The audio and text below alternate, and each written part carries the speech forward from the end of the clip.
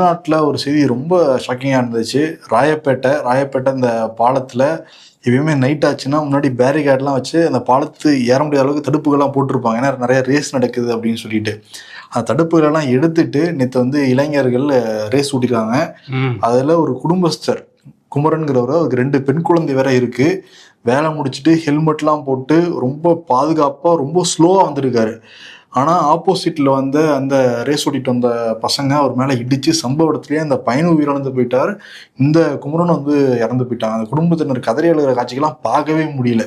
திடீர்னு ராயப்பேட்டைங்கிறது ரொம்ப மெயினான ஏரியா. காவல்துறை என்ன பண்ணிட்டு இருக்காங்கன்னே தெரியல. சென்னையில் பல இடங்கள் நடந்துகிட்டு இருக்கு. இப்போ இந்த ஓஎம்ஆர் ஈசிஆர் சைடு எல்லாமே மெட்ரோ பணி நடக்கிறதுனால கொஞ்சம் கம்மியாக இருக்கு. இல்லாட்டி அங்கேயும் அடிக்கடி ரேஸ்லாம் ஓட்டுவாங்க. அடிக்கடி எல்லா பாலங்களையும் நடக்குது.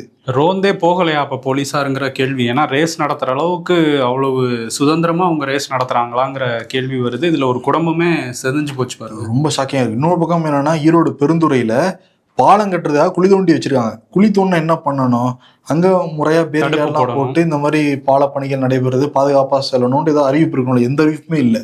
அந்த இளைஞர் ஸ்லோவாக தான் வந்திருக்காரு. தனி ஹெல்மெட் போட்டு வந்திருக்காரு.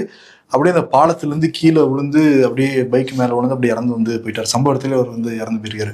கொஞ்சம் கூட காமன் சென்ஸ் இருக்காதாங்கிறது தெரியல. அங்கே வேலை செய்கிறவங்களுக்கு, இங்கே இருக்கிற அதிகாரிகளுக்கு அவ்வளோ பெரிய குழி தோண்டி போட்டிருக்கோமே, நைட்டில் வந்தால் என்ன பண்ணுவாங்கன்னு கொஞ்சம் கூட அந்த யோசனை இருக்காதா? பல வெளிநாடுகள் எல்லாமே ஒரு பெடஸ்ட்ரியனுக்கு அவ்வளோ பாதுகாப்பு வந்து கொடுக்குறாங்க. நடந்து போகிறவங்களுக்கே இந்த மாதிரி பாதுகாப்பு நீங்கள் போங்கன்னா கொடுக்குறாங்க.